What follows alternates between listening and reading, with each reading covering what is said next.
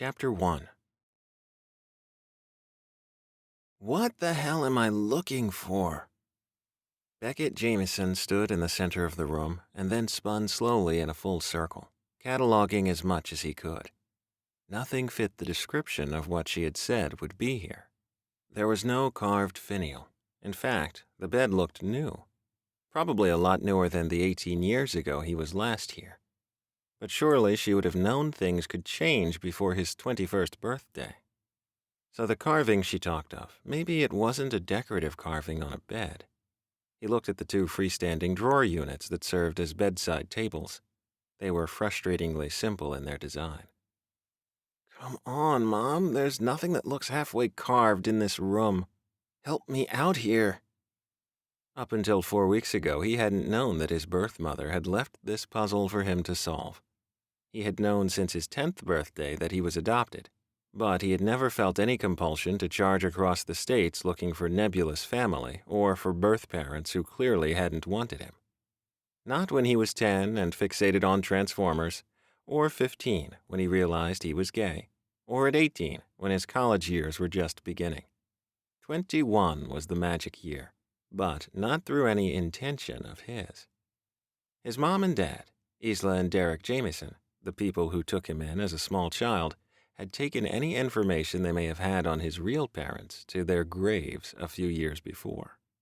All they had ever said was that everything would be made clear when he was 21 and old enough to be who he wanted to be. Being called in to meet Austin Mitchell, apparently the family lawyer, had been the catalyst for wanting and needing to know more. The lawyer, call me Austin, had handed him a thick file that contained a letter in a sealed envelope and a carefully wrapped package. The label on the package held a simple missive. Happy 21st, Robert. With love, Mom. You knew my birth mother? Beckett always looked on her as that. Isla Compton was his real mom. The one constant in his life, provider of cookies and hugs and one hell of a lot of love. I knew her well enough. Austin said this in an utterly matter-of-fact way, but Beckett could see the twitch of his lips and the sadness in his expression. Evidently, Austin had known his birth mother well enough to grieve at her loss. Was it possible the older man had known her in a biblical sense? Were you, Beckett wanted to say, her lover? Her husband? But that would have been rude. He didn't do rude. Special to her? He finished lamely.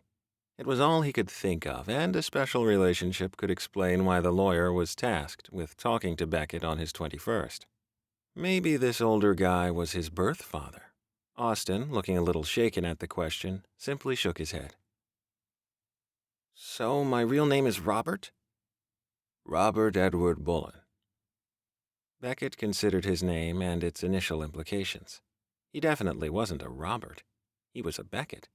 Beck. In no way was changing his name to Robert happening any time in his future.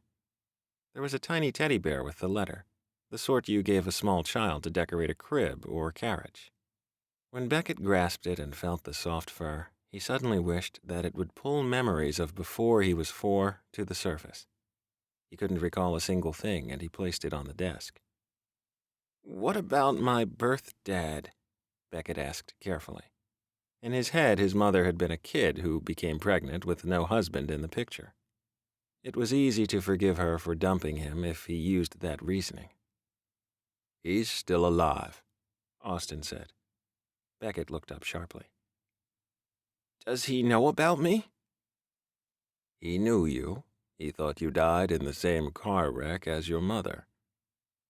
So she is dead then. She died and then I was adopted. She didn't give me up? No. Austin sighed and briefly closed his eyes. There was no giving up. She died. You lived. Austin's voice was calm and rational. He continued, I helped her by taking you and making you safe. Beckett blinked at the man. He really didn't understand.